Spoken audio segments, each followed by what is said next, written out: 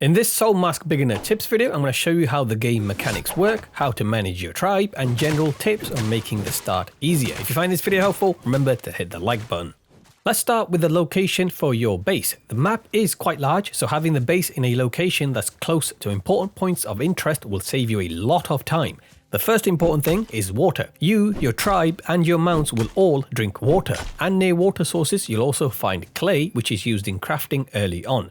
The second important thing is enemy camps. To recruit people using the mask, you need to weaken enemies and deter them. It helps having some kind of enemy camp nearby for easy recruiting, as you will lose people in combat and it's rare to get someone with max proficiency stats, so you'll be recruiting a lot.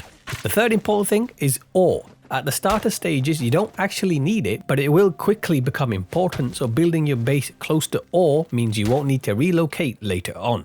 However, there is one issue. There's no ore whatsoever near where you spawn. It's all on the west side of the land, and the enemies get harder and higher level the further west you go. The west also has jaguars, which are a pain to deal with and make exploring the forest much harder. Now the choice is up to you. I've told you what you should be prioritizing. If you don't mind danger and occasionally being mauled by a cat, then build closer to the west. If you want to play it safe, you can build near the middle. If you've already built some kind of base following the tutorial, don't worry, you can actually retrieve or dismantle structures by holding E. Dismantling gives you back a very small percentage of resources, so I don't recommend it. Retrieving gives you the structure back so you can place it again.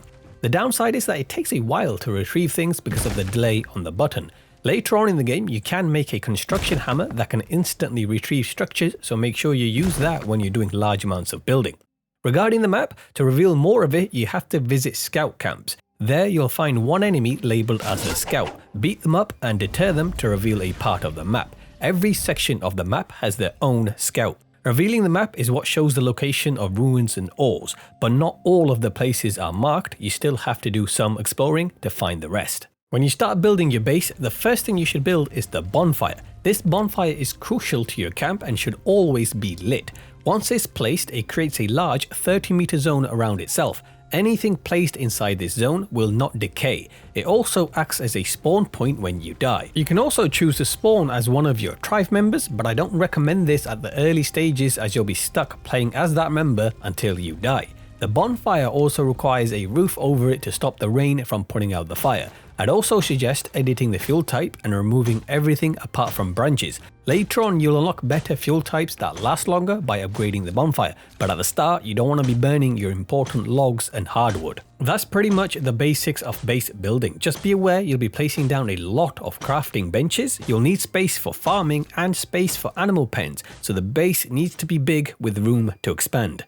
Now let's look at how the mask works and what it can do. At the start you have a choice of 3 masks. The major mechanics of the masks are the same, but they differ in what kind of buffs they offer. For example, some offer stealth bonuses and some offer HP bonuses. I went with the first one as it's an all-rounder, but choose whatever suits your playstyle. You can unlock a lot more of these masks as you progress through the game, and you can swap between them by building certain structures at your base. One of the first major abilities you unlock by completing the first ruin is called Control. This lets you take control of any tribe member you have and play as them, which is useful for various things like combat or crafting. Control is just a core ability of the mask. There are a lot more minor abilities as well, which are viewed by pressing Y. These abilities can be unlocked using green crystals. These crystals are found in ruins around the map, so make sure you do them and loot the chests. These camps will reset after a certain amount of time, so you can go back and do them again.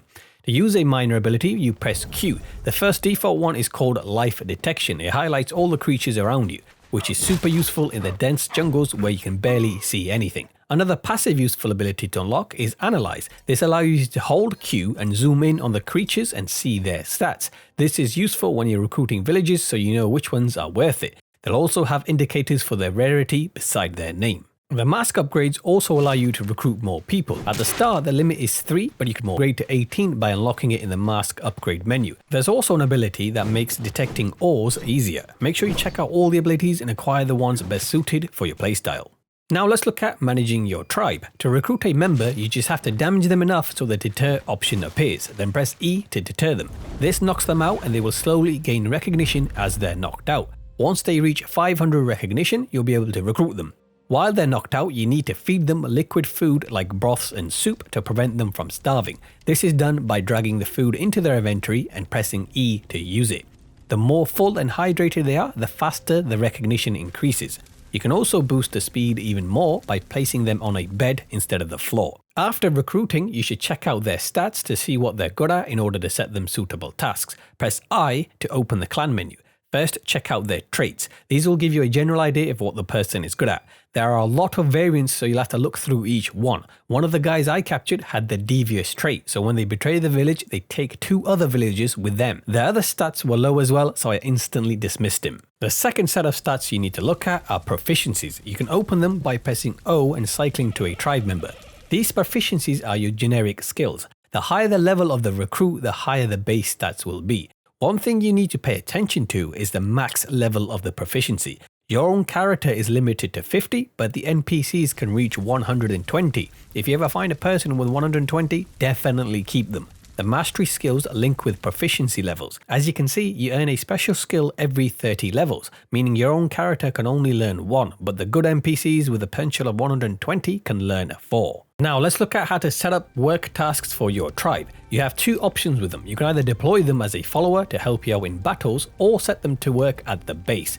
To do so, look at the person, hold E and click work, then you can add a task. The first tasks will usually be material gathering, like logging, mining and harvesting. We'll create a harvesting task first. Select wild collection, then choose a location, which is normally your bonfire. You can actually place custom markers on the map, which can be selected as the location. This is useful to mine specific resources or to keep your tribe away from dangerous areas. For example, if you have an enemy camp nearby, place a custom marker in the opposite direction, and that's where they'll harvest safely. After choosing the location, choose the harvesting job, then input how much you like them to gather. I suggest putting in at least 300. Then you can choose what chest you want them to store the resources. You don't have to select a chest here, by the way. If you've built chests and selected categories for them, the workers will still select the correct chest. Then finally press E to save the work. Every time you create or adjust work, you need to press E to save it. There you have your first task. Repeat the same for mining and logging, and you'll have workers gathering the basic resources for you.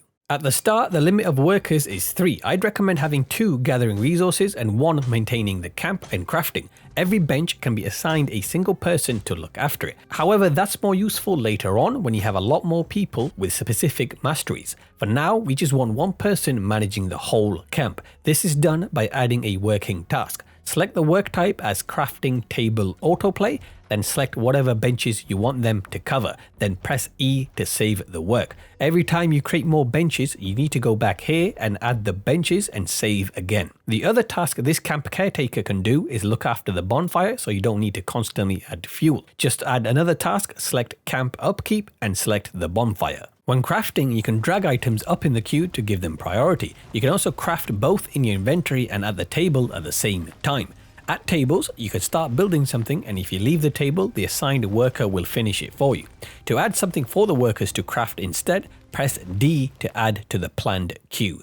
Now let's go over some random general tips. Holding shift and clicking a stack splits it in half. For custom splitting, hover over the stack and press S.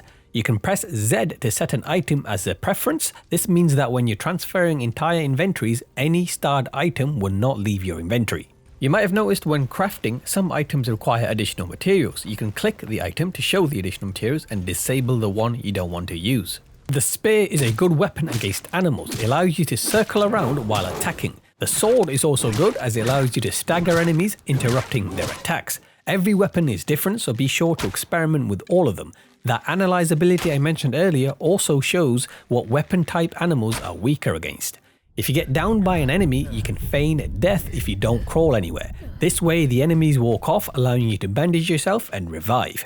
You'll need cotton to create a saddle. It can be found at this barbarian village, but be careful, the enemies here are hard to deal with. Thankfully, the cotton spawns on the outside and you only need to deal with a couple of them.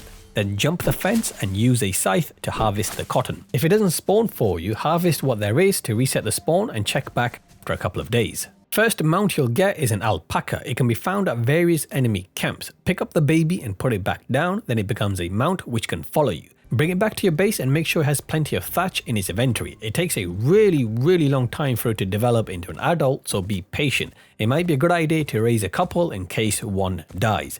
If you're struggling to get leather or bones, you can get them easily from other animal parts you've collected by using the butcher table. If your workers sit idle around the bonfire, check their inventory to repair their tools. To do so, drag them into your own inventory and press F. This works on stone tools. For better ones, you'll need to use benches. You can repair items at the bench they were crafted at, or you can build a repair bench which repairs everything. You can also build a chest just for tools, which the workers will automatically take tools out of every time they need them. It's a good idea to upgrade to bone tools as quickly as you can for you and your workers. If you have ore around your base, it cannot be mined with a stone pickaxe. You need bone or better. That's everything for now. Hopefully that gives you a better understanding of how things work. Hit the like button before you go, and I'll see you next time.